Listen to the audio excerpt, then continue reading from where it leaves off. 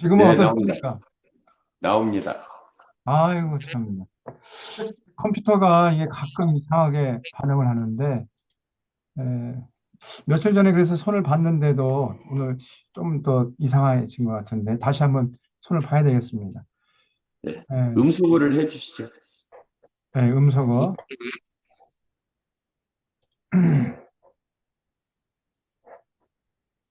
음,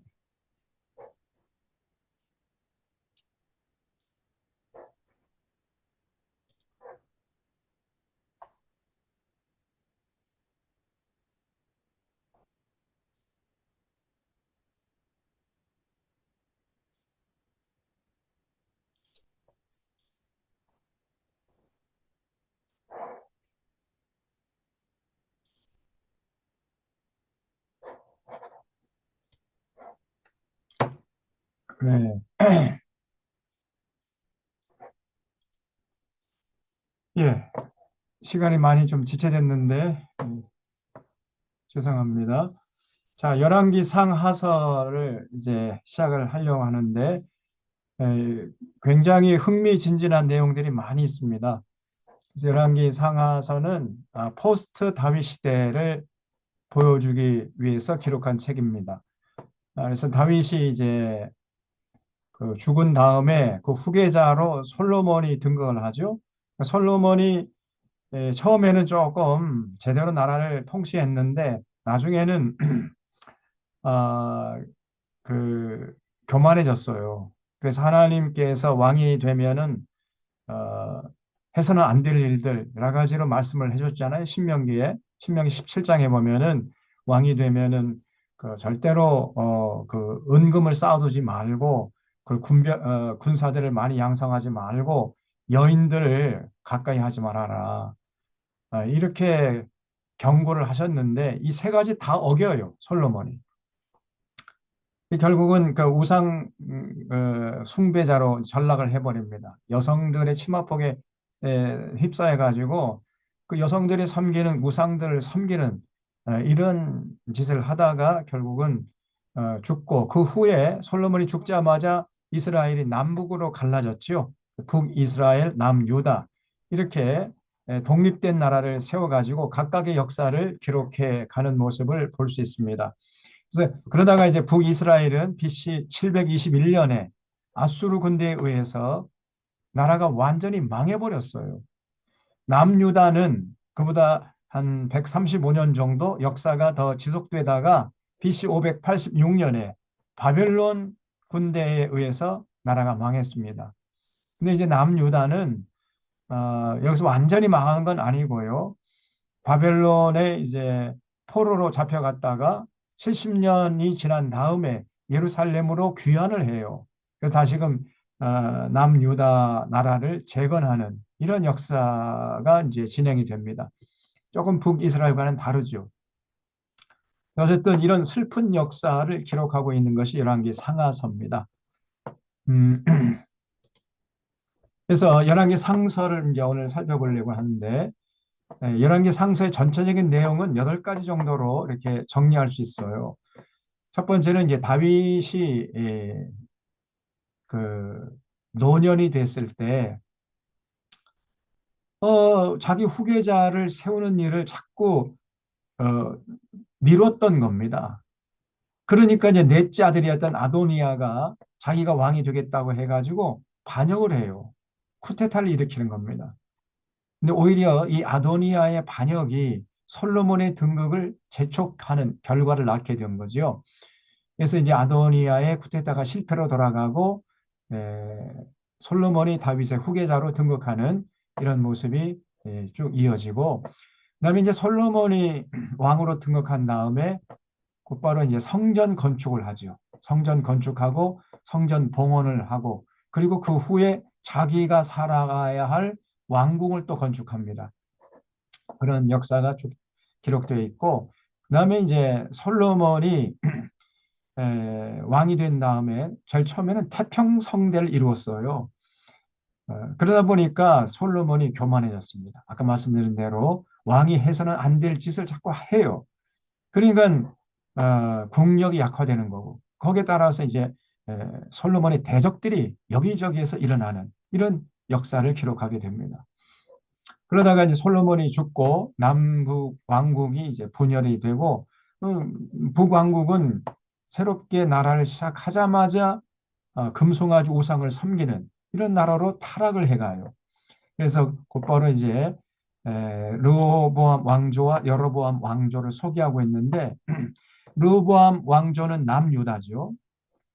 그 솔로몬의 그 후손들 르호보암 왕조를 쭉 이어가고 그다음에 북이스라엘은 여로보암이라는 사람이 나라를 세웠습니다. 그래서 여로보암 왕조가 쭉 진행되다가 얼마 못 가서 여로보암 왕조는 무너져요. 그리고 오므리 왕조가 들어섭니다. 오므리 왕조 북이스라엘에. 그래서 이 오므리 왕조의 그 악명 높은 여러분도 귀에 익히 들었던 아합과 이세벨, 그죠? 이 아합과 이세벨이 등장해가지고 본격적으로 우상을 섬깁니다. 그러니까 이제 그때부터 비로소 선지자가 등장을 해요. 제가 늘 말씀드렸죠. 선지자는 평화로운 시대에는 등장하질 않아요. 등장할 필요가 없는 거죠. 다 하나님 사랑하고 하나님의 뜻을 받들어 살아가는 이런 태평 성대가 되면은 선지자가 등장할 이유가 없는 거지요.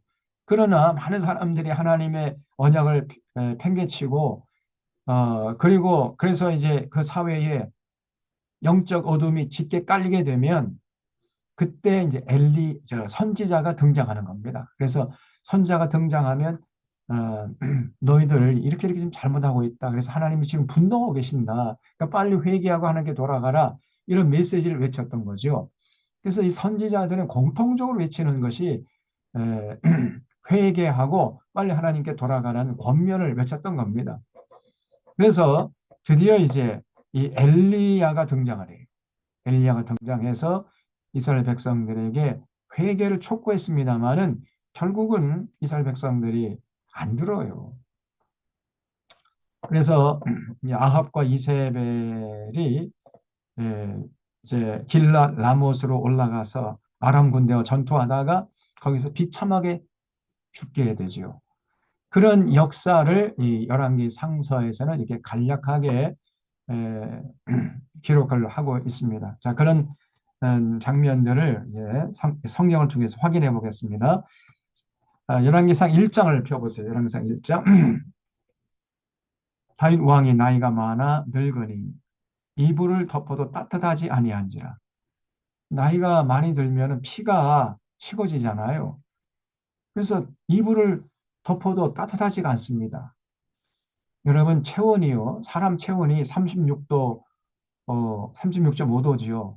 근데 이 심장 부분만 그렇지 나머지 이런 무릎이나 발 같은 데는 30도 정도 이렇게 내려가기도 해요. 전부 다 똑같이 36.5도가 되는 게 아닙니다. 그러다가 이제 나이가 점점 들어가잖아요. 그러면 그 피가 더 식어지는 거죠. 그렇게 되면 면역력이 약화돼요. 그럼 온갖 질병에 노출이 됩니다. 그래서 사람이 죽게 되는 거죠. 그러면 그렇게 나이가 들어가지고 피가 식어져서 이불을 덮어도 따뜻하지 않게 되면 빨리 자기 후계자를 세웠어야 되는데 다윗이요. 후계자 세우는 것을 자꾸 미뤘던 거예요.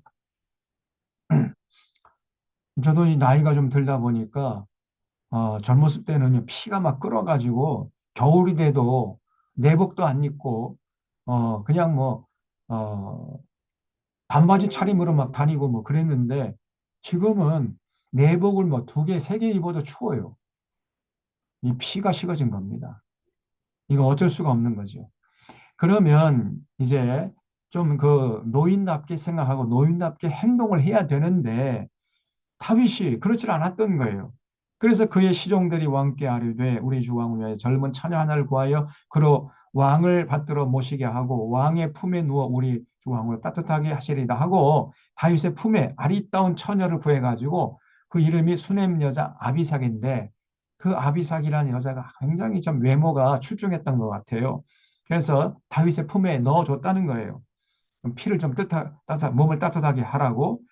그래서 여기 4절에 이 처녀는 심히 아름다워 그가 왕을 받들어 시중 들었으나 왕이 잠자리는 같이 하지 않았다는 거예요.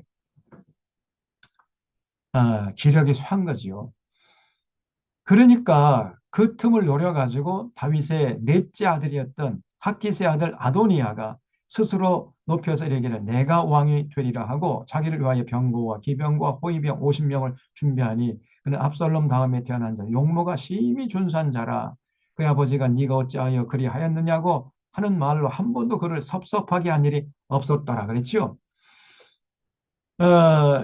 그 다윗에게는 아들들이 많았죠. 근데 첫째 아들 다윗의 기력의 시작이었던 암논은 그 셋째 아들이었던 압살롬에게 맞아 죽었지요. 응? 그 암논이 자기 여동생 성폭행했다가 그 앙심을 품고 압살롬이 자기 형을 때려 죽였잖아요. 그리고 압살롬은 쿠데타를 일으켰다가 결국 요압 장군에게 맞아 죽었고, 그러니까 이제 다음 사례가 아도니였던 거예요. 둘째 아들은 뭐 성경에 별 기록이 없어요. 그러니까 아마 그 존재가 시원치 않았던 것 같습니다. 그러니까 이제 아도니아가 야 이제 내 차례다, 내가 왕이 되어야 되겠다 해가지고 이놈이 이제 그 아주 그 야심을 품은 거예요. 근데 이 아도니아가 여기 보면 용모가 심히 준수한 자라 그랬죠. 그러니까 얼짱이고 몸짱이었다는 거예요. 요즘 청년들 말에 의하면은 얼짱이고 몸짱. 아주 그 외모가 출중하고 아주 건장하고 장군감이었다는 거죠. 그러니까 야심을 품은 겁니다. 그래서 이제 7절 보면은 아도니아가 수루야의 아들 요압과 요압이 요놈이 아주 그 야비한 자, 비열한 자죠. 가만히 보니까 다윗은 늙었고 이 이빨 빠진 호랑이야. 그러니까 다윗 편에 붙었다가는 뭐 자기의 미래가 보이지 않으니까 아도니아 편에 붙어버린 거예요. 그래서 요압과 제사장 아비아달과 모이하니 그들이 따르고 도우나 제사장 사독과 여호야다의 아들 브나야와 선지자 나단과 시므이와 레이와 다윗의 용사들은 아도니아 편에 붙지 않았다는 거죠. 그러니까 요압은 군부의 수장이었죠. 그리고 아비아달은 제사장이었고 종교계의 수장이었습니다. 그러니까 왕권과 군부와 종교계가 이렇게 모의해가지고 쿠데타를 일으킨 거예요. 근데 거기에 제사장이었던 사독, 또 다른 제사장인데 사독은 참여하지 않았다는 겁니다. 그래서 여기 이 사독이란 말이 원래 히브리어로 하면 차독입니다. 차독. 이게 그 어디서 나오냐면은 츠다카에서 나와요. 동사가 츠다카인데 이 츠다카가 의롭다라는 뜻이에요. 의롭다. 그래서 사독이 정말 그 이름대로 아주 의로운 사람이었습니다. 이 사독의 후손들이 나중에 사두개인이 돼요. 예수님 당시에 신약 시대 신약 성경으로 넘어가면 사두개인들이 많이 등장하죠. 이 사두개인들이 조상이 누구냐면 사독입니다. 사독. 그래서 사독은 끝까지 다윗의 편에 붙었다는 거죠. 그래서 그 이후에 이 사독의 후계자들이 다시 말하면 사독의 후손들이 어떤 닉네임이 붙었냐면은 저 사람들은 정통 어, 저 사람들은 정통이야 정통. 항상 의로운 사람들이고 그 불의의 편에 서질 않고 정의의 편에 서는 정통적인 사람이야. 이런 닉네임이 붙을 정도로 유명했던 거예요. 그런데 그런 사독의 후계자들이 나중에 사두개인이 되어가지고 그 당시에 많은 유대 사회에서 존경을 한 몸에 받았는데 그러다 보니까 이 사람들이 또 교만해져 가지고 타락했던 거예요. 예수님 당시에는. 그 자기 조상들은 참 훌륭했는데 그 예수님 당시의 사두개인들은 타락했던 거죠. 그래서 여러분 이게 참 역사의 교훈인데 어, 아무리 훌륭한 조상을 뒀다 할지라도 그 후손들이 여전히 그 조상의 훌륭한 모습을 유지하는 게 그렇게 쉽지가 않아요. 그 의롭고 그런 정의로운 모습을 유지하려면은 늘 하나님의 말씀 앞에 서서 자신을 돌아보고 은혜와 진리로 무장하는 이 길 외에 다른 길이 없습니다. 이거를 등한히 하잖아요. 그 성경 앞에 서는 걸 등한히, 성경을 가르치고 배우는 일을 등한히 하게 되면 아무리 훌륭한 조상을 둔 그 후손들이라 할지라도 타락하게 돼 있어요. 이 사두개인들이 굉장히 우리에게 중요한 교훈을 남겨주는 겁니다. 그 사독은 끝까지 다윗과 함께하는 아주 훌륭한 의로운 사람이었는데 그 후에 사독의 후손들은 타락했던 거예요. 참 안타까운 일이죠. 사독과 여호야다의 아들 브나야와 선지자 나단과 시므이와 레위와 다윗용사들은 아도니아 편에 붙지 않았다는 거죠. 자, 그래서 이제 이 아도니아가요, 군부를 장악하고 또 종교계를 장악해가지고 여기 구절 보면은 에느로겔 근방 소헬렛 바위 곁에서 양과 소와 살찐 송아지를 잡고 왕자고 자기의 모든 동생과 왕의 신하된 유다 모든 사람을 다 청해가지고 이제 그 왕위에 등극한 즉위식을 지 멋대로 하는 거죠. 이 소식을 듣고요, 나단이 득달같이 솔로몬의 어머니였던 밧세바에게 달려갑니다. 바스에 달려가지고 아니 이게 무슨 일입니까? 지금 저 아도니아가 자기가 스스로 왕이 되었다고 해서 많은 사람들 신하들 불러놓고 지금 즉위식을 하고 있는데 이게 어떻게 된 겁니까? 이 소식 듣지 못했습니까? 뭐 이렇게 이제 정보를 알려줬어요. 그러면서 이제 내가 이렇게 하면은 당신의 아들이 왕이 될 수 있는 길을 열어줄 것입니다. 하고 이제 이 나단과 밧세바가 아, 계획을 세우는데 무슨 계획이냐면요. 당신이 그 지금 다윗의 부인이잖아요. 응? 정실이잖아요. 정실. 그러니까 다윗에게 가가지고 아니 폐하 과거에 폐하께서 솔로몬을 그 후계자로 삼기로 저에게 약속하지 않았습니까? 그런데 저 아도니아가 자기가 왕이 되었다고 지금 저렇게 많은 신하들 불러 모아놓고 축하 잔치를 벌이고 있는데 이게 어떻게 된 일입니까? 왕께서 그렇게 시킨 지 일입니까? 이게 따지라고 가르쳐 줘요. 그러면 제가 그때 들어가가지고 여차여차 해가지고 솔로몬을 왕위로 삼도록 제가 하겠습니다. 이렇게 약조를 하고 이제 바세바에게 제안을 한 거예요. 그래서 여기 13절 보면 당신은 다윗 왕 앞에 들어가서 아뢰기를 내 주 왕이여 전에 왕이 여종에게 맹세하여 이르시기를 네 아들 솔로몬이 반드시 나를 이어 왕이 되어 내 왕위에 앉으리라 하지 아니하셨나이까? 그런데 아도니아가 무슨 이유로 왕이 되었나이까? 당신이 거기서 왕과 말씀하실 때 나도 뒤이어 들어가서 당신의 말씀을 확증하리이다. 이렇게 이제 약조를 하고 그 약조대로 이제 바세바가 다윗에게 가가지고 막 따져요.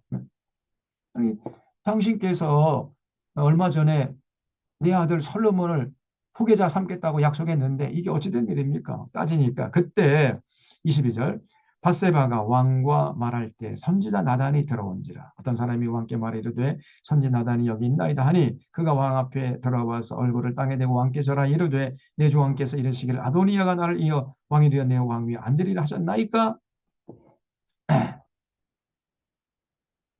그가 오늘 내려가서 숫소와 살찐 송아지와 양을 많이 잡고 왕의 모든 아들과 군사령관들과 제사장 아비아들을 청했는데 그들이 아도니아 앞에서 먹고 마시며 아도니아 왕은 만세수를 하옵소서 이러고 있나이다. 이게 어찌된 일입니까?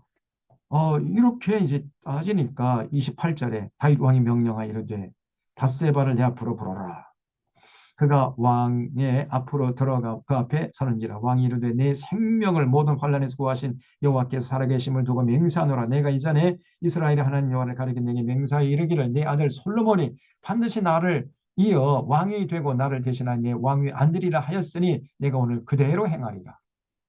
그래서 이제 다윗이 솔로몬을 드디어 내 후계자라고 이제 선포하게 됩니다. 그래서 바세바가 얼굴을 땅에 대고 절하며 내 주 왕은 만세수를 하옵소서 이렇게 하거니 다윗이 또 어떻게 이제 처분을 내렸냐면 32절에 제사장 사독과 선지자 나단과 여호야다의 아들 분하야를 내 앞으로 부르라 하니 그들이 왕 앞으로 이른지라 왕이 그들에게 이르되 너희는 내 주의 신하들을 내리고 내 아들 솔로몬을 내 노새에 태우고 그러니까 솔로몬이 다윗의 후계자라는 것을 백성들에게 알리기 위해서 다시 말씀드려서 솔로몬에게 권력의 정통성이 있다는 것을 알리기 위해서 다윗이 타던 노새 위에 솔로몬을 태우라는 거예요. 그래서 그 다윗의 노새에 솔로몬을 태워가지고 모든 백성들 앞에서 이렇게 보이게 하라는 겁니다. 이게 굉장히 중요한 거죠. 그래서 그 권력의 정통성이 다윗에게서 솔로몬에게로 이제 넘어가는 겁니다. 내 노새에 태우고 기온으로 인도하여 내려가고 거기서 제사장 사독과 선지자 나단은 그에게 기름을 부어 이스라엘 왕으로 삼고 너희는 뿔나팔을 불며 솔로몬 왕은 만세조를 하옵소서 하고 그를 따라 올라오라. 그가 와서 내 왕위에 앉아 나를 대신하여 왕이 되리라. 내가 그를 세워 이스라엘과 유다의 통치자로 지명했느니라. 결국은요. 이렇게 해서 이제 솔로몬이 다윗의 후계자로 등극하게 되는 그런 계기가 됐던 거예요. 오히려 아도니아의 쿠데타가 자기 명을 재촉하고 솔로몬의 왕위 등극을 재촉했던 이런 결과를 낳았던 거예요. 그러니까 이제 아도니아 편에 섰던 사람들이 사색이 된 거죠. 다윗이 솔로몬의 편에 손을 들어주니까요. 그래서 여기 46절에 솔로몬도 왕좌에 앉아 있고 왕의 신하들도 와서 우리 주 다윗 왕의 축복하 이르기를 왕의 하나님이 솔로몬의 이름을 왕의 이름보다도 아름답게 하시고 왕위를 왕의 위보다 크게 하시길 원하이다 하며 왕이 침상에서 몸을 굽히고 또한 이르시기를 이스라엘의 하나님 여호와를 찬송하리로다. 여호와께서 오늘 내 왕위에 앉을 자를 주사 내 눈으로 보게 하셨도다. 이렇게 해가지고 그냥 솔로몬의 즉위식이 돼버린 거예요. 그러니까 이제 아도니아와 또 그 함께 그 편에 붙었던 사람들이 이제 사색이 된 거죠. 49절에 아도니아와 함께 한 손님들이 다 놀라 일어나 각기 뿔뿔이 제 갈 길로 도망쳐 버린 거예요.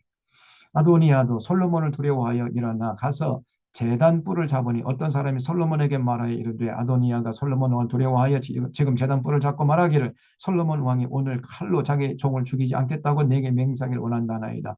솔로몬이 이르되 그가 만일 살한 사람일진데 그의 머리털 하나도 땅에 떨어지지 아니하려니와 그에게 악한 것이 보이면 죽으리라 하고 사람을 보내 그를 제단에서 이끌어내니 그가 와서 솔로몬 왕께 절하매 솔로몬이 이르기를 내 집으로 가라 하였더라 했죠.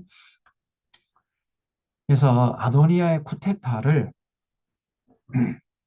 이 나단과 밧세바가 이렇게 아주 지혜롭게 행동을 해가지고 다윗으로 하여금 솔로몬을 후계자로 지명하도록 이렇게 이끌어냈던 것입니다. 그러니까 오늘 마찬가지죠. 쉽게 말하면은 그 윤석열의 쿠데타를요. 그 시민들과 또 그다음에 국회의원들이 합세해가지고 결국은 실패로 돌아가게 했잖아요. 똑같은 그런 일이 이 다윗 시대에 있었던 겁니다. 정말 큰일 날 뻔했잖아요. 아도니아가 만약에 왕권을 이어받았으면은 어떨 뻔했습니까? 글쎄요, 뭐 역사에 가정은 없습니다만은 하나님의 뜻은 솔로몬에게 이제 왕위가 넘어가는 것이었거든요. 그 오늘날에도 여러분 이 윤석열이가 쿠데타를 실패했기 망정이지 만약에 성공했더라면 어떻게 될 뻔했어요. 정말 이 대한민국 끝장났습니다. 그야말로 저 남미나 아프리카 그 후진국으로 전락하는 것은 이건 시간 문제였어요. 저 윤석열이 저놈이 자기 권력을 돈독하게 하기 위해서 결국은 이 땅에 전쟁을 일으키게 분명합니다. 지금도 끊임없이 그 권력을 잡은 그 후에는 저 북한을 자극해가지고 전쟁을 일으키려고 했잖아요. 이 나라를 외세에 팔아먹고 그 대신에 자기는 영구 집권을 꿈꾸고 이런 놈이거든요. 이게 실패로 돌아갔기 망정이지 만약에 성공했더라면요. 제가 그 전우영 그제 패친 그 글을 여기 그 여러분 카톡에다 올렸죠. 한번 읽어보세요. 우리나라 국격은 뭐 땅에 떨어지고 경제는 파탄나고 그야말로 그 6.25 동란 그 이후에 온 나라가 이제 폐허가 된 것처럼 그런 수백만 사람들이 죽을 수도 있었습니다, 여러분. 그 6.25 전쟁 때는 비교할 수 없는 참상이 일어날 수도 있어요. 그래도 자기는 대통령이니까 뭐 죽지 않겠죠. 대통령 영부인 그런 놈들은 오히려 저 우크라이나에 그 보세요. 예, 젤린스키 보세요. 지금 그 우크라이나의 그 국민들 수십만 명이 죽어갔잖아요. 그래도 대통령은 멀쩡히 살아있지 않습니까? 여러분, 이 기득권층들은 전란이 일어나도 전혀 피해 입지 않습니다. 아니, 오히려 저 사람들 더 좋아. 다 서민들이 죽어나는 것이지. 정말 큰일 날 뻔했는데, 정말 이 시민들이 용감하게 탱크를 막아서고, 경찰들 막아서고, 그 반란군을 또 막아서고, 목숨 걸고 그랬잖아요. 그리고 국회의원들이 또 목숨 걸고, 국회로 달려가가지고, 어, 비상계엄을 해제시키고, 이렇게 해가지고 친위 쿠데타를 실패로 돌아가게 한 거 아닙니까? 그 정말 그날 밤 생각하면 끔찍해요. 음? 그 전두환 시대로 돌아갈 뻔했다니까요. 아니 전두환 시대가 아니라 저 6.25 동란 그 직후로 돌아갈 뻔했습니다. 이 나라가. 그런데도 여전히 정신 못 차리고 지금도 윤석열이를 지지하고 있는 이 한국교회 목사 장로들이 있어요. 이것들은 이 정신 나간 것들이고 이것들은 사람들이 아니죠. 이거 개쓰레기들입니다. 이게 이 인간 쓰레기 인형 인간들이죠. 이번에 보니까 제가 우리 교회가 속한 이 통합 측에 이 목사 장로들이 또 저기 뭐 서울 한복판에 모여가지고 뭐큰 호텔에 모여가지고 윤석열이 탄핵 기각되게 해달라고 뭐 기도하고 자유민주주의를 소화하자고 결의하고 그랬답니다. 이 저희 어, 통합 측, 이 통합 측은 완전히 썩어 문드러진 거예요 이게. 이 목사 장로들이 정신이 없어요 이것들이. 이것들은 전부 다 이것들 살 가치가 없는 것들입니다. 이 민주주의의 적들이 정말 이 반국가 세력이 저것들이 오늘 한국 교회가 반국가 세력이 되어버렸습니다. 제가 목사가 되는 게 이게 너무 부끄러워요. 예? 교회가 아니라니까 오죽 교회가 어떻게 그럴 수가 있느냐 그 말이 이 목사 장로들이 이놈의 새끼들이 예? 이 통합 측에 그래도 이 통합 측 그래도 그것도 그동안에 그나마 건강한 교단이다 이렇게 평가받고 저도 그렇게 생각하고 자부심이 있었는데 이제 그런 자부심이요 그냥 완전히 그냥 쑥대밭이 돼버렸어요. 요즘에 제가 생각할 때 너무나 너무나 황당합니다 이게.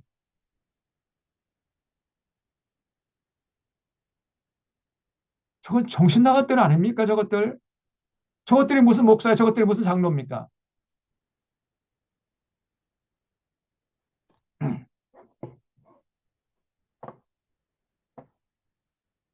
어쨌든 정말 그 깨어있는 시민들의 힘이 컸고요. 그리고 그 야당들, 민주당을 중심한 야당들, 조국혁신당 뭐 이런 야당들이 합심해가지고 비상계엄을 해제시키고 그런 바람에 우리가 이렇게 평온한 일상을 유지할 수가 있었던 겁니다. 그리고 희망찬 새봄을 맞이할 수 있게 된 거지요. 여전히 지금 한국교회가 극우 세력이 돼가지고 준동하고 있습니다. 나 그래서 요즘에 이 목사 장로들 보기만 하면요. 아이고, 그런 사람들과 같이 말도 섞기 싫어요. 우리 동기들 중에도 이런 극우 같은, 극우 이념에 빠진 이것들이 많아요. 동기에 제가 참여도 안 합니다. 같은 자리에 앉아서 밥 먹는 것도 제가 고통스럽고, 같은 하늘 아래에서 숨쉬고 산다는 것도 고통스러워요, 이게. 정말 제가 그래도 목사 된 것을 자부심을 갖고 살아왔는데 이 목사 된 게 이게 자괴심이 들 정도로 부끄럽고 창피해요. 죄송스럽고. 오늘날 이 통합식 교회들 이 교회가 아닙니다. 나는 이 통합식 탈퇴하고 싶어요. 이거. 이런 놈의 교단 이게 아무 쓸데 없습니다. 이거. 예?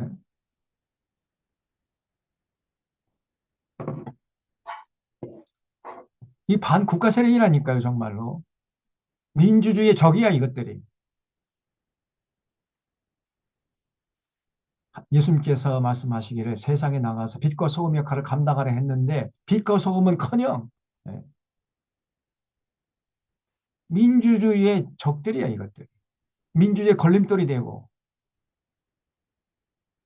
민주주의를 파괴하는 이 어둠의 자식들이야 이것들이. 목사 장로들이. 그래 이것들이 어깨에 힘주고 목사님 장로님 이러고 다니니까요.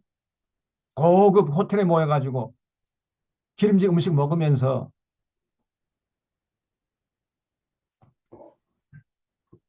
용서할 수가 없습니다. 저것들을.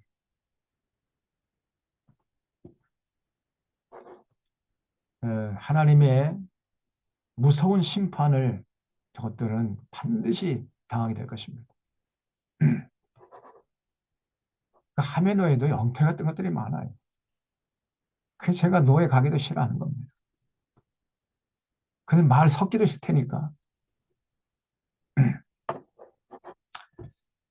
자, 이제 2장에 보면은 결국은 그래서 이제 솔로몬이 다윗의 후계자로 등극을 해서 다윗이 솔로몬에게 마지막 유언을 남겨요. 2장에 1절 다윗이 죽을 날이 임박하며 그의 아들 솔로몬에게 명령하여 이르되 내가 이제 세상 모든 사람이 가는 길로 가게 되었노니 너는 힘써 제장부가 되고 네 하나님 여호와의 명령을 지켜 그 길로 행하여 그 법률과 계명과 율례와 증거를 모세의 율법에 기록된 대로 지키라.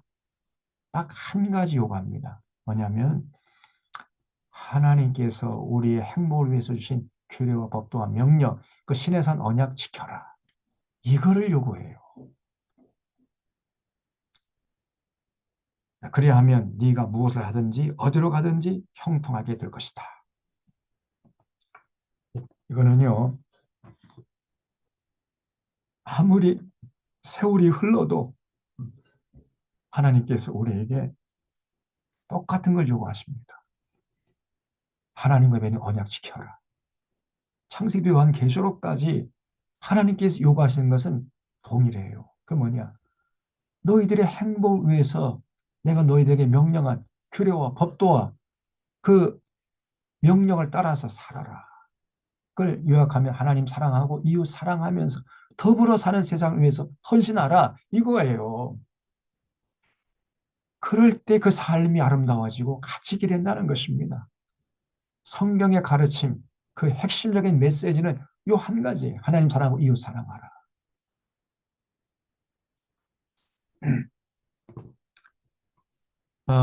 하나님이 그 여호수아 아니 모세의 후계자로 등극한 여호수아에게도 똑같은 명령을 하고요.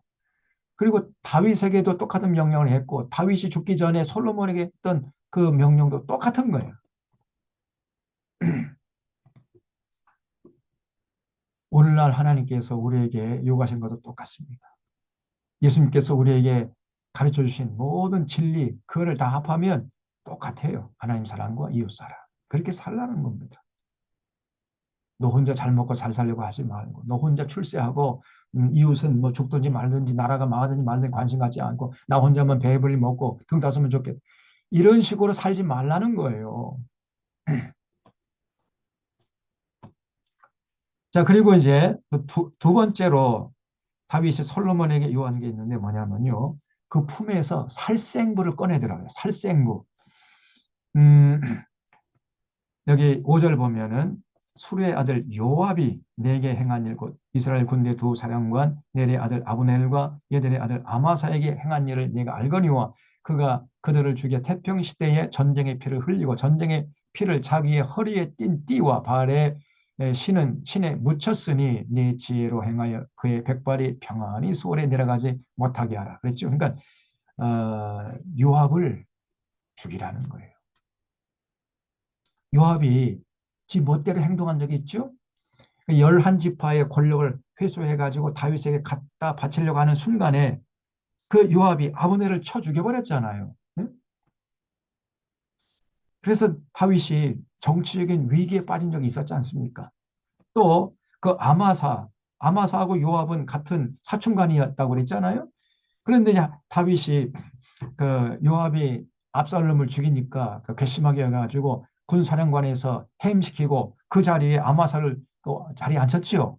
그랬더니 요압이 아마사를 그냥 사적인 감정을 가지고 또 칼로 쳐 죽여버렸잖아요. 그것을 다윗이 기억하고 있었던 거예요. 그래서 나는 요압을 어쩔 수 없이 그저 그냥 품에 안고 있었지만은 너는 약관이기 때문에 요압을 당할 수가 없어. 그러니까 요압을 살려주지 말고 요압을 죽이라. 이렇게 명령한 거예요. 다윗이. 그래서 그의 백발이 평안히 소홀에 내려가지 못하게 하라. 이건 무슨 말이냐면은 죽이라는 거예요. 그리고 7절에 마땅히 길앗 바실레의 아들들에게 은총을 베풀어 그들이 내 상에서 먹는 자 중에 참여하게 하라. 바실레가 이제 다윗에게 호의를 베푼 적이 있잖아요. 그러니까 그 상을 주라는 거죠. 그리고 8절에 바울인 베냐민 사람 게라야도 시므이가 이놈이 압살롬이 쿠데타를 피해서 도피하고 있는 다윗에게 뒤따라오면서 가거라 가거라 이 비루한 자에 막 그러면서 막 돌을 던지면서 다윗을 저주한 적이 있죠. 그래서 이제 왕권을 회복하고 다시 왕궁에 돌아왔을 때 시므이가 피곤한 그 웃음을 흘리며 아이고 폐야 그때는 제가 정신이 없어가지고 잘못했으면 용서해달라고 싹싹 비르니까 다윗이 용서해줬잖아요. 근데 그때는 정치적인 목적이 있었던 거예요. 시므이를 용서하면 모든 백성들이 역시 다윗은 성군이야 하고 다윗을 칭송할 거 아닙니까? 그래서 살려준 거예요. 정치적으로 뭔가 효용성이 있으니까 활용 가능성이 있으니까 살려준 겁니다. 근데 이제 다윗 시대가 끝나면은 이 시므이라는 놈이 효용성은 다 떨어지고 또 어, 솔로몬의 왕위를 노릴 수도 있잖아요. 또다시 쿠데타를 일으킬 수도 있잖아요. 그러니까 아들 솔로몬에게 시므이를 죽이라는 거예요. 그래서 8절에 시므이가 너와 함께 있나니 그는 내가 마하나임으로 갈 때 악독한 말로 나를 저주했느니라. 그러나 그가 요단에 내려와서 나를 영접함으로 내가 여호와를 두고 맹세하여 이르기를 내가 칼로 너를 죽이지 아니하리라 하였노라. 그러나 그를 무죄한 자로 여기지 말지어다. 너는 지혜 있는 사람이므로 그에게 행할 일을 알지니 그의 백발이 피 가운데 수월에 내려가게 하라. 다시 말하면 죽이라는 거예요. 그래서 살생부를 꺼내듭니다. 그 여러분이 다윗이요. 정말 이 사람이 믿음의 사람이었으면서도 굉장한 지략가였어요. 그리고 다윗의 행동에는 물론 믿음의 행동도 있지만은 정치적인 행동도 거기에 포함되어 있었던 거예요. 그래서 요압이라든가 시므이 같은 사람 살려줬지만은 그런 정치적인 그런 이유 때문에 살려준 겁니다. 이런 것들을 우리가 성경을 읽으면서 관과해서는 안 돼요. 성경은 영적인 문제만 이렇게 다루고 있는 게 아닙니다. 이 땅에서 살아갈 때 정치적인 것도 굉장히 중요한 차원이잖아요. 물론 영적인 것도 굉장히 중요하지만은 정치적인 그런 그 입장도 굉장히 중요한 것입니다. 그래서 이 다윗을 우리가 공부하면서 이 다윗이 굉장히 정치적으로 지혜롭게 행동했다는 것을 알 수 있습니다. 이런 것들 우리가 좀 배워야 돼요. 다윗이 그냥 완전히 순수하게 그 믿음의 차원에서만 행동하는 게 아니에요. 물론 믿음의 차원, 포괄적으로 그 전부 다 넓게 이제 믿음의 차원이지만 그 안에 세부적으로 들어가면은 정치적인 계산이 굉장히 많이 깔려 있었다는 것을 알 수 있어요. 이거를 놓치면 안 됩니다. 그래서 결국은 이렇게 유언을 마치고 드디어 다윗이 죽었어요. 10절에 다윗이 그 조상들 함께 누워 다윗 성에 장사되니 다윗이 이스라엘 왕이 된 지 40년이라 헤브론에서 7년 동안 다스렸고 예루살렘에서 33년 동안이나 왕노릇한 거예요. 솔로몬이 그의 아버지 다윗의 왕위에 앉으니 그의 나라가 심히 견고해 갔습니다. 자, 이렇게 이제 결국 솔로몬이 이제 왕위에 등극하자 어떤 일이 벌어졌냐면 이 아도니아가요. 어느 날 그 솔로몬의 어머니 밧세바를 찾아왔어요. 저기 이게 당신의 아들이 왕이 됐으니까 무슨 여한이 있습니까? 제가 한 가지 청을 하러 왔는데 그 다윗의 품에 넣어줬던 그 아비삭이라는 그 여인을 제가 흠모하고 있으니까 좀 제 아내로 이렇게 삼게 해달라고 당신의 아들이 왕이 됐으니까 당신의 아들에게 좀 이렇게 부탁해가지고 허락 좀 받아주십시오. 그러고 이제 청을 하러 온 거예요. 어, 그래서 여기 17절에 보면 그가 이르되 청컨대 솔로몬 왕에게 말씀하여 그가 수냄 여자 아비삭을 내게 주어 아내로 삼게 하소서 왕이 당신의 청을 거절하지 아니하리이다. 밧세바가 그 얘기 듣고요. 좋다. 내가 너를 위하여 왕께 말하리이다. 이렇게 약조를 하고요. 밧세바가 이제 그 아들 솔로몬에게 나가서 폐하 아들 이제 아, 그 아들이 왕이 됐으니까 무슨 여한이 있나. 근데 이제 아도니아가 나한테 찾아와가지고 그, 그 수냄 여자 아비삭을 자기 아내로 삼게 해달라고 좀 허락해달라고 청을 하는데 그냥 허락해 주세나. 응? 이렇게 부탁을 해요. 바세바가. 그 얘기를 듣는 순간에 솔로몬이 그냥 득달같이 화를 냅니다. 여기 20절 보세요. 밧세바가 이르되 내가 한 가지 작은 일을 왕께 구하니 내 청을 거절하지 마소서. 왕이 대답하되 내 어머니여 구하소서. 내가 어머니의 청을 거절하지 아니하리이다. 이르되 청컨대 수냄 여자 아비삭을 아도니아에게 주어 아내로 삼게 하소서. 솔로몬 왕이 그의 어머니 대답하여 이르되 어찌해서 아도니아여 수냄 여자 아비삭을 구하시나이까? 그는 나의 형이오니 그를 위하여 왕권도 구하옵소서. 예? 그뿐 아니라 제사장 아비아들과 수레 아들 요압을 위해서도 구하옵소서. 아니 어머니 어떻게 나에게 그런 요구를 할 수 있습니까? 그럴 바에는 그냥 내 왕위도 아도니아에게 내주라고 하시옵소서. 이러면서 막 화를 내요. 그러면서 오늘날 이 아도니아를 살려주지 않겠다. 이렇게 얘기합니다. 23절 여호와를 두고 맹세하이르되 아도니아가 이런 말을 했은즉 그의 생명을 잃지 아니하면 하나님은 내게 벌 위에 벌을 내리심이 마땅하다. 하지만 아도니아를 살려줄 수 없다는 거예요. 그러므로 이제 나를 세워 내 아버지 다윗의 왕위에 오르게 하시고 허락하신 말씀대로 나를 위하여 집을 세우신 여호와께 살아두심을 두고 맹세하노니 아도니아는 오늘 죽임을 당하리라 하고 여호야다의 아들 분하야를 보내며 그가 아도니아를 쳐서 죽였더라. 이 분하야가요 그 솔로몬의 경호대장이야. 대통령실 경호 차장 정도 되는 사람이었죠. 분하야를 보내가지고 아도니아를 쳐 죽여버렸어요. 왜 그랬을까요? 이런 거 한번 생각해 보세요. 아니 이제 뭐 다윗도 죽었고 뭐그 수냄 여자 아비삭은 젊은 여자인데 뭐 청산가부로 늙어 죽을 수도 없고 그러니까 아도니아가 뭐 자기 아내 삼아가지고 그냥 서로 행복하게 살면은 그 좋은 거 아닙니까? 근데 왜 이렇게 솔로몬이 화를 낼까요? 그렇죠. 이게 정치적인 문제입니다, 이게. 단순히 어떤 청춘 남녀의 사랑 얘기가 아니에요. 이거는 정치적인 문제였다니까요. 왜냐하면 이 아비삭이 다윗의 에, 여자였기 때문에 그 다윗의 여자를 누가 차지하느냐에 따라서 그 권력의 정통성이 누구에게 갈 것인가가 결정되는 거 아니겠습니까? 이 정치적인 문제였던 거예요. 그러니까 왕권의 정통성 문제가 걸린 이런 사건이었던 겁니다. 근데 이 밧세바가 그런 데까지는 생각이 미치지 못했던 거예요. 그냥 단순하게 아니 그 아도니아가 그 아비삭의 미모를 좀 흠모해가지고 자기 아내 삼고 싶어 하는데 그냥 아내로 줍시다. 이 정도 생각이었던 거예요. 네, 밧세바가. 너무나 이 바세바는 어떤 그런 그 정치적인 머리가 없었던 거죠. 근데 솔로몬은요, 그렇지 않습니다. 이게 남자와 여자의 좀 차이가, 이거는 또 어떤, 뭐, 성적 차별 같은 얘기 같은데, 그 남자들은요, 이 본능적으로 그런 것들을 깨달아 알 수 있는데, 여성들은 이상하게도 그런 걸 못 깨닫는가 봐. 그리고 이 성경이요, 단순히 어떤 개인적인 영적 차원에만 기록된 성경이 아닙니다.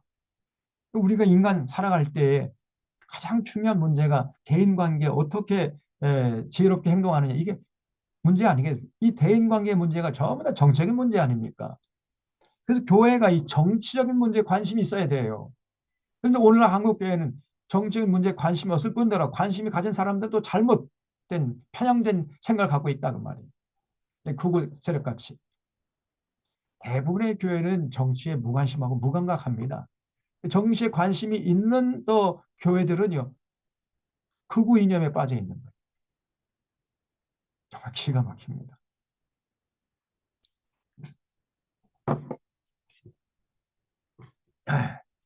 그래서 제대로 된 목사 장로, 제대로 된 교회를 찾아보기가 하늘의 별따기. 오늘 한국교회.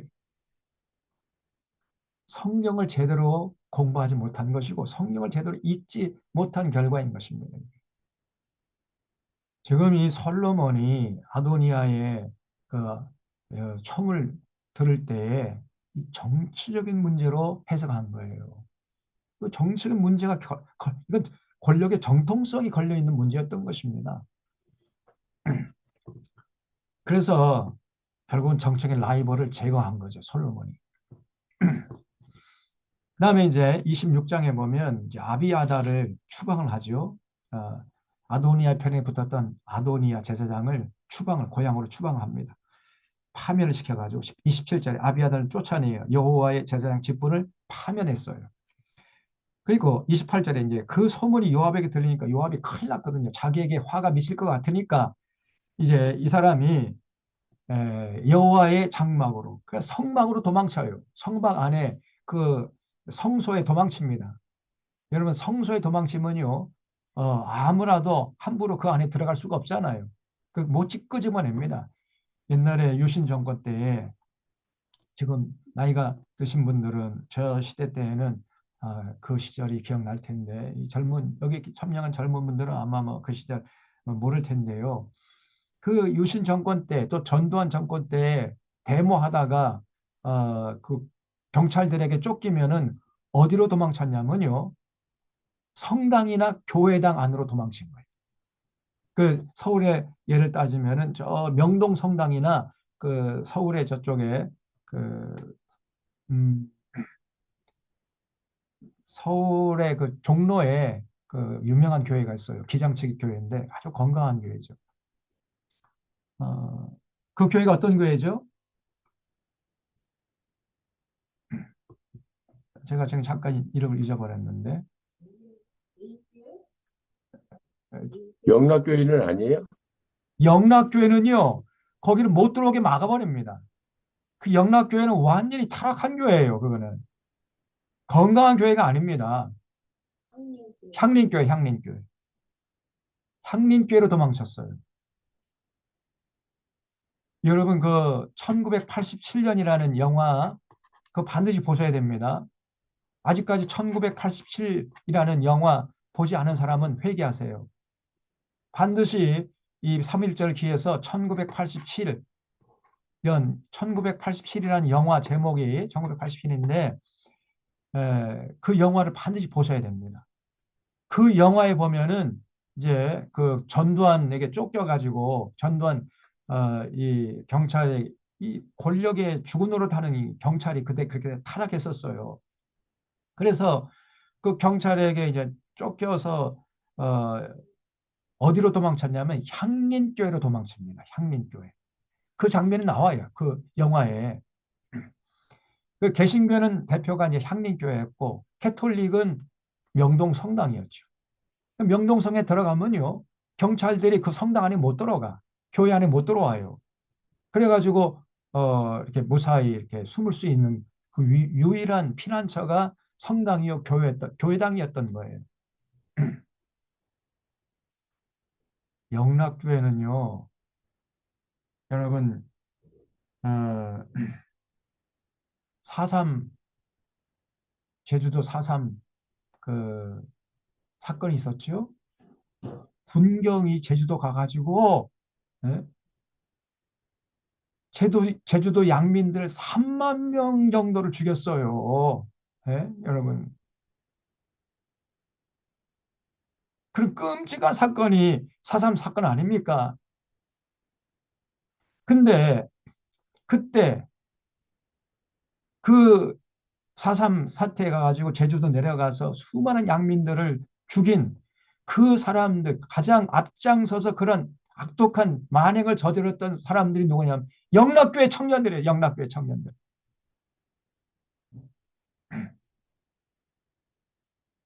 그런 죄는 씻을 수 없습니다, 여러분.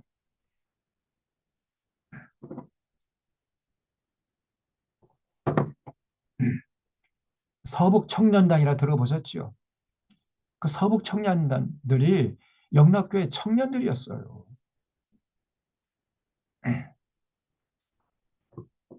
영락교회는 건강한 교회 아닙니다.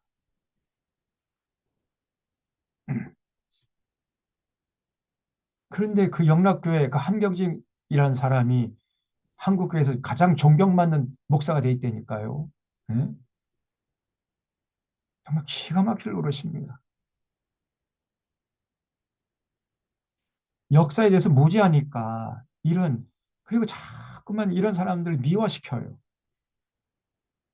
그 전두환이 이제 그 쿠데타를 일으키고 성공해가지고 대통령 된 다음에도 그 영락교회 그 한경직 목사가 막 떠오르는 태양이라고 그러고 그러면서 칭송하고 말이에요. 그런 사람이 어떻게 목사입니까, 여러분? 저 5.18 광주 민중들을 그렇게 처참하게 살해한 그 살인마를 떠오른 태양이라고요?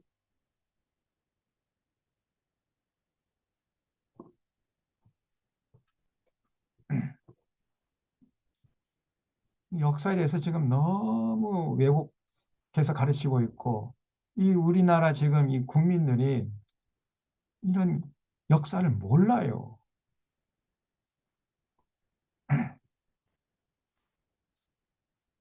아, 어쨌든, 음, 그래서 이제 요압이 그 성막안, 쉽게 말하면 이제 예배당 안으로 도망친 거예요.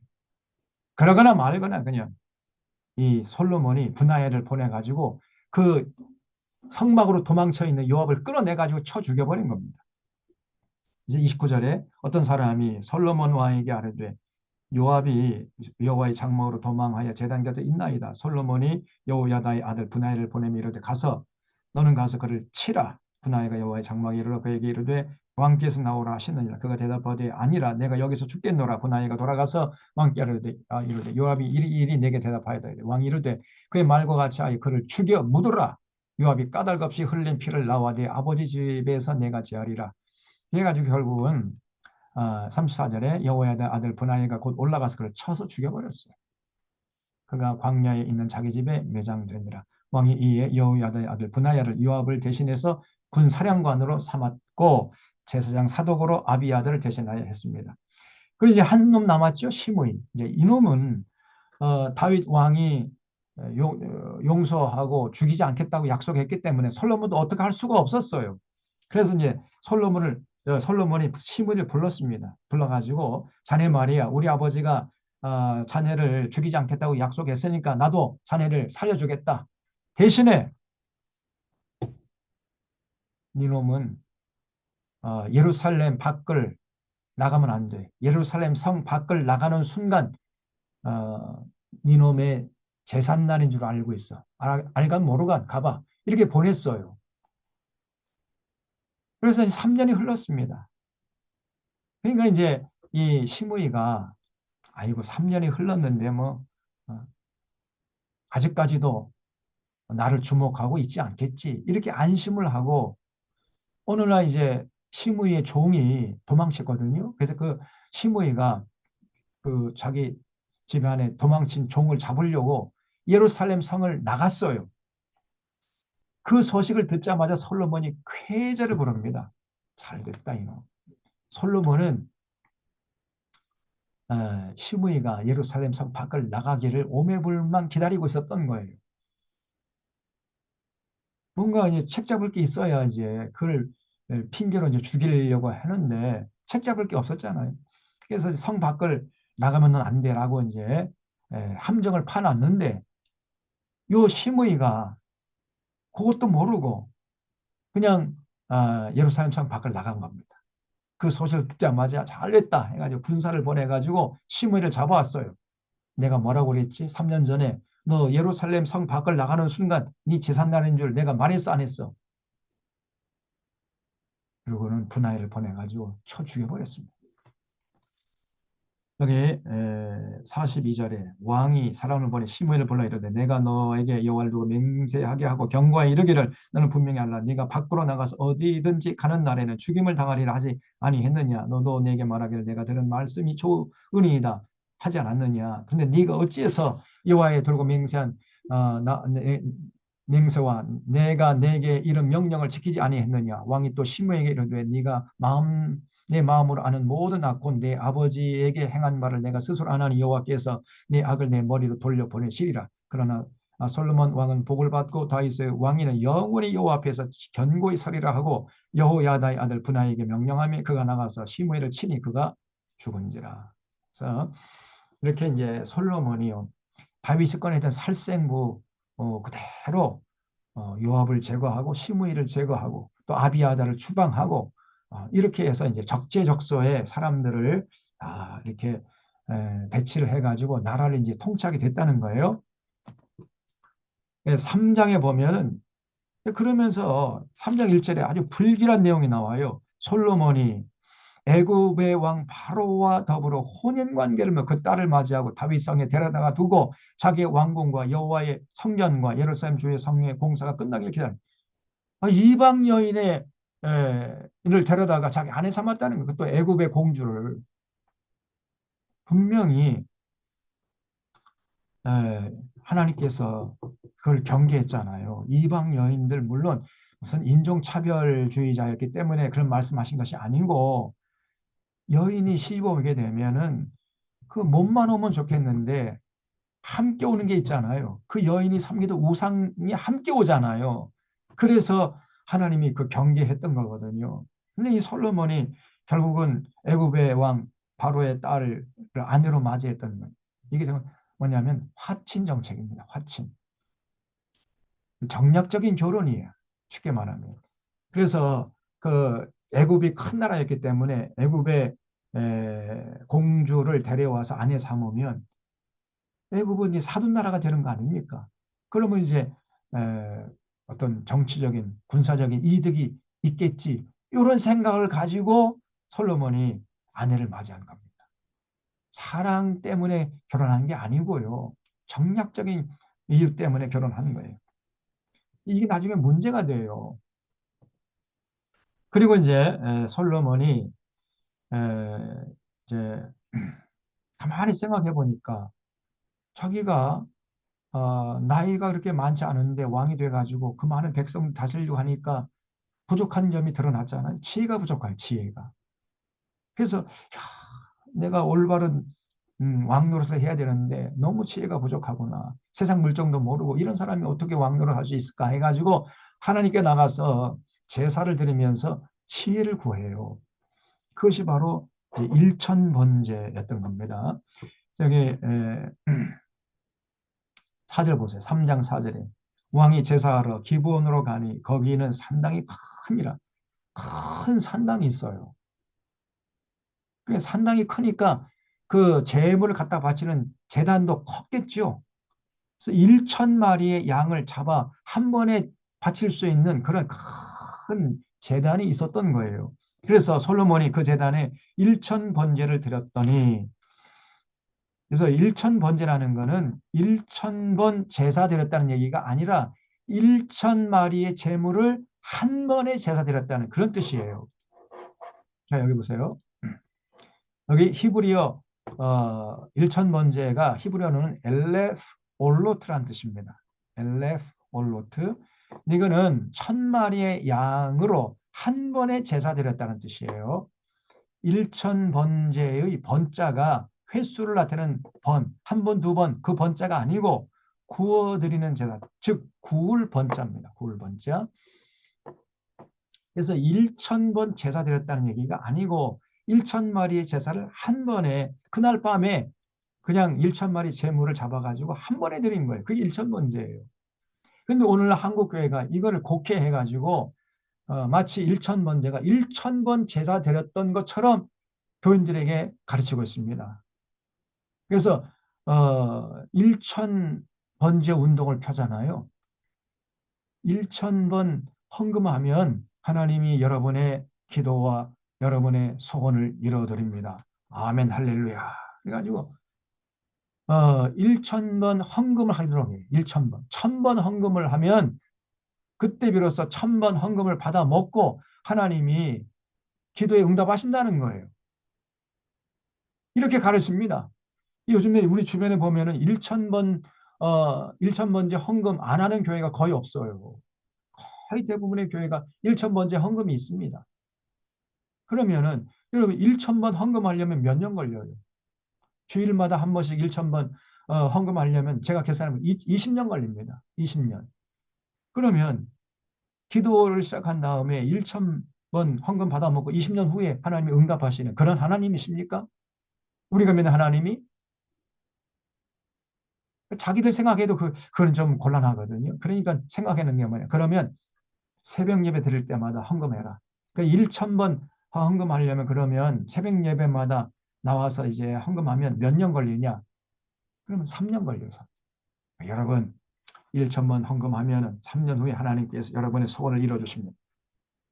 새빨간 거짓말입니다, 여러분. 네? 이거말로 종교 사기예요, 그냥. 우리 하나님이 어디 할 일이 없어가지고 1000번 헌금 받아먹고 이 우주 만물이 다 하나님의 것인데 1000번 헌금하면 기도에 응답하고 헌금하지 않으면 기도에 응답하지 않고 이런 하나님이십니까? 우리 하나님은요. 우리 조그마한 시급에도 응답하시는 하나님이신 줄 믿으시기 바랍니다. 그리고 우리에게 필요하다면 우리가 기도하기 전에 먼저 우리의 필요를 채워주시는 하나님이세요. 그런 자비하신 하나님을 1000번이나 헌금 받아먹고 나서 응답하시는 하나님으로 곡해하고 있잖아요, 지금. 절대 여러분 1000번 헌금하면 안 돼. 그럼 완전히 종교 사기입니다, 이게. 근데 거의 안 하는 교회가 없다니까. 그래서 1000번째 헌금하는 교회가 있다면 빨리 거기 도망쳐요. 좋은 말 할 때 도망치고. 살고 싶은 사람은 도망치세요.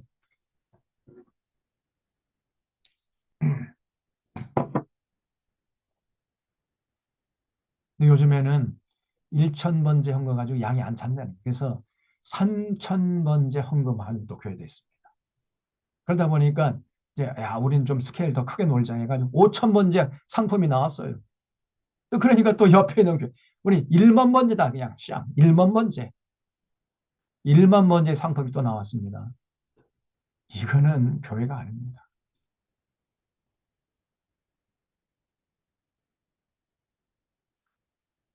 너무너무 엉뚱한 짓을 하고 있고 성경에서 가르치는 모습은 너무 멀리 떠나와 있어 한국 교회가. 이제는 뭐 2단이고 3단이고 의미가 없어요. 2단은 그래도 그 교회 밖에서 2단 짓을 하고 있으니까 우리가 알 수 있잖아요. 근데 정통이라 하는 놈들이 정통 안에서 2단 짓 더 훨씬 더 악독한 짓을 하고 있습니다. 이 정통이 아니라 이거는 깡통이야 깡통.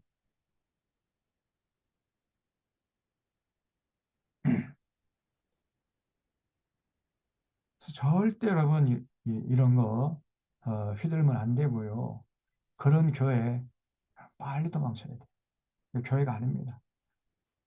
솔로몬이 1000번 제사 드린 게 아니라 1000마리를 한 번에 드린 그날 밤에. 그래서 그날 밤에 하나님이 응답하신 겁니다. 그날 밤에. 3년 후에, 10년 후에, 20년 후에 응답한 게 아니고. 그래서 일천 번제를 드렸더니 기본에서 밤에 여호와께서 솔로몬의 꿈에 나타. 그날 밤에 그 즉시는 응답하셨다는 거잖아요. 그날 밤입니다. 이렇게 성경에 분명히 나와 있는데 왜 그런 거짓된 가르침에 속아 넘어가느냐 그 말이에요. 또 교인들도 문제야 또. 우리 목사님이 일천 번제 드리라고 그랬다. 성경대로 해야지. 아무리 목사가 가르친다 해도 성경에 어긋나면 그 목사의 가르침이 틀린 거 아닙니까? 그 정도 분별력은 있어야지. 그 정도 분별력이 없어가지고 무슨 신앙생활 한다고 깝죽거리겠냐 그 말이에요.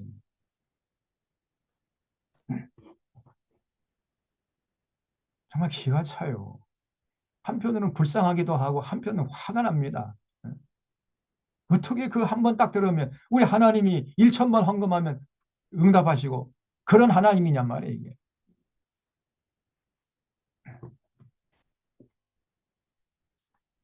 근데 그날 밤에 꿈에 나타나서요. 하나님이 이르시되 내가 네게 무엇을 줄고 너는 구하라. 솔로몬이 이르되 주의 종 내 아버지 다윗이 성실과 공의와 정직한 마음으로 주와 함께 주 앞에서 행함으로 주께서 그에게 큰 은혜를 베푸셨고 주께서 그를 위하여 큰 은혜를 항상 주사 오늘과 같이 그 자리에 앉은 아들을 그에게 주셨나이다. 나의 하나님 여호와의 주께서 종으로 종의 아버지 다윗을 대신하여 왕이 되게 하셨사오나 종은 작은 아이라 출입할 줄을 알지 못하고 주께서 택하신 백성 가운데 있나이다.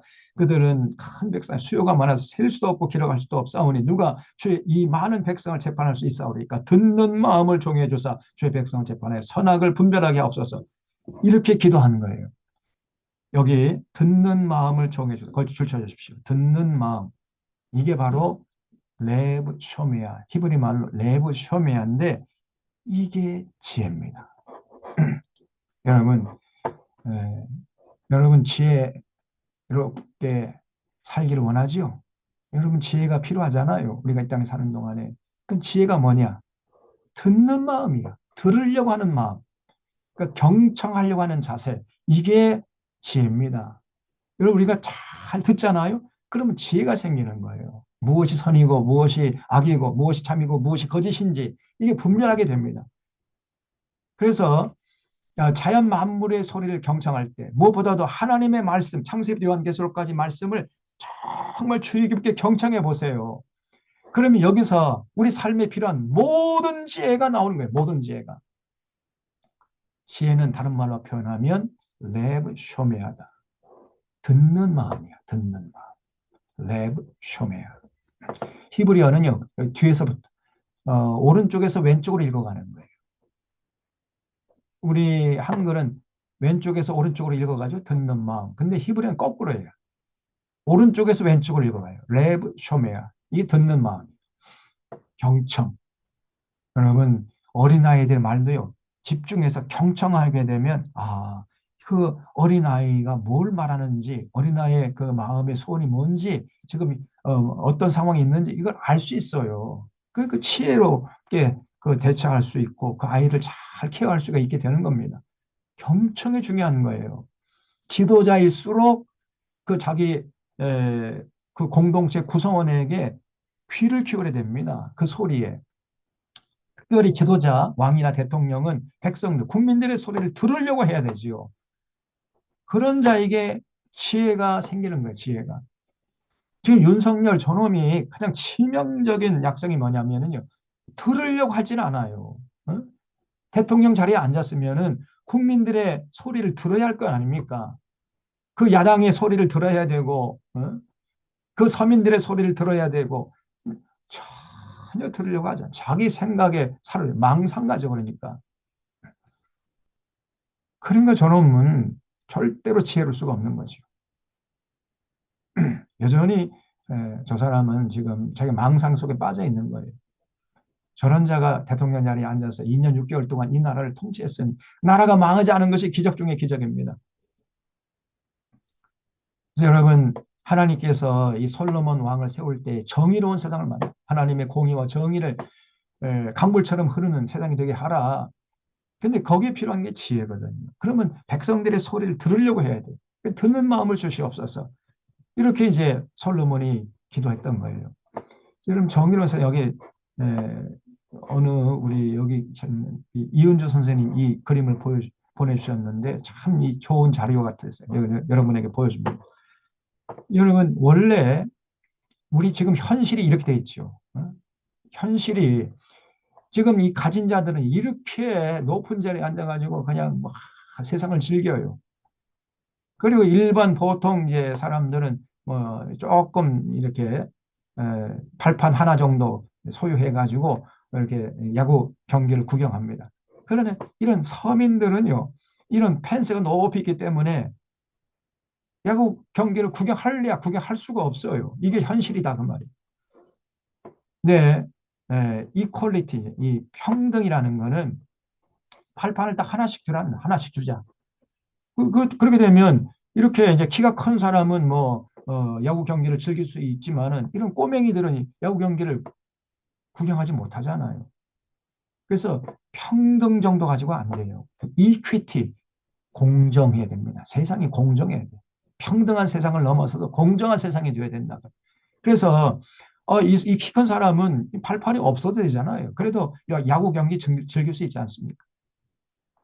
발판이 하나 필요하면 하나 필요한 사람에게는 하나만 주고 두 개 필요한 사람 두 개 줘야지요. 그래야 똑같이 예, 세상을 즐길 수 있을 거 아닙니까? 이런 세상이 되게 해야 돼요. 그리고 더 이상적인 세계라는 것은 아예 이 펜스가 없어야 돼요. 리버레이션. 그래서 모든 사람들이 이렇게 아무런 장애물 없이 자유롭게 인생을 즐길 수 있도록 이건 이상적인 세계죠. 어쨌든 이런 세계까지 나가지 않더라도 이 공정한 세상 여기까지는 나가야 됩니다. 이 공정한 세상 이거를 하나님이 우리에게 요구하시는 거예요. 이런 세상을 만들려고 하나님이 우리를 먼저 예수 그리스도 안에 있는 그 구원의 은혜로 우리를 불러주시고 이 세상에 나가서 빛과 소금의 역할을 감당하라고 사명을 주신 줄로 여러분 믿으시기를 바랍니다. 이 사명 감당해야 돼, 이 사명. 나 혼자만 예수 믿고 그거만 잘 됐다. 아멘 할렐루야. 이런 신앙은 천박한 신앙이에요. 예수님의 은혜로 구원받은 사람은 세상에 나가서 이러한 공정한 세상을 만들 사명이 있다는 것을 잊지 마세요. 이런 세상, 더 나가서 이런 세상을 지향해요. 이건 천국에서나 있을. 그래도 이런 세상 정도는 하나님께서 우리에게 요구하시는 겁니다. 지금 현실을 보세요. 이게 이런 세상이 되면 이거 악한 세상. 지금 대한민국 이런 세상이에요. 얘는 자기 아버지 잘 만나가지고 이 계단이 뭐냐면 돈으로 돼 있어요. 황금 계단을 걸어 그냥 이 출세길입니다. 아주 얘는 이제 소위 말해서 금수저죠, 금수저. 그래가지고 어렸을 때부터 그냥 고액과외하고 뭐 이래가지고 뭐 아주 훌륭한 선생님들 막 돈 많이 들어가지고 해가지고 선행 합숙하고 해가지고 뭐 서울대 법대 서울대 의대 막 나와가지고 이제 또 이 사회의 상류층을 자리에 나가요. 요즘에 그런 말 자기 아버지의 에, 어떤 그 돈의 힘과 어머니의 정보력과 에? 그런 것이 있어야 지금 출세할 수 있다. 뭐 이런 얘기가 돌잖아요. 이 금수저가 그래요. 이 돈다발, 돈으로 얘는 평생 살아왔고 또 살아갈 거다 그 말이죠. 근데 얘는 봐서 얘는 아무런 의지할 데가 없어요. 그래가지고 이 계단 하나 올라가는 게 힘겨워. 자기 부모에게 무슨 뭐 아무런 지지도 받고 지원도 못 받고 자기 힘으로 올라가려고 하니 낑낑거리고 올라가지 못하고 그 사회에서 나부자가 되는 거예요. 이런 세상이 되면은 이거는 불의한 세상이고 이런 세상이 되면 그 나라 망합니다. 하나님이 이런 나라를 이루게 되면은 분노하시는 거예요. 그래서 이런 세상을 만들지 않도록 해야 되는데 오히려 오늘 한국 교회는 이런 세상 만드는데 앞장서고 있다 그 말이에요. 앞장서 한국 교회가. 제가 오늘은 좀 감정이 좀 격해지고 그런데 현실이 너무 암울해요. 시간이 좀 흘러가지고 처음부터 좀 오늘 좀 컴퓨터가 좀 이상해져 가지고 그랬는데 어쨌든 오늘 많이 진도를 못 나갔는데 한 9정 정도, 적어도 9장 정도까지는 나가려고 계획을 했었는데 어쨌든 간에 3장 1천 번째 사건, 오늘 한국교회가 너무나 성경의 가르침에서 멀리 벗어나 있습니다. 이런 것들을 우리가 성경을 공부하면서 우리 자신을 돌아보고 건강한 교회를 세우는 밑거름을 삼으면 참 좋겠다. 이런 마음으로 말씀을 드렸습니다.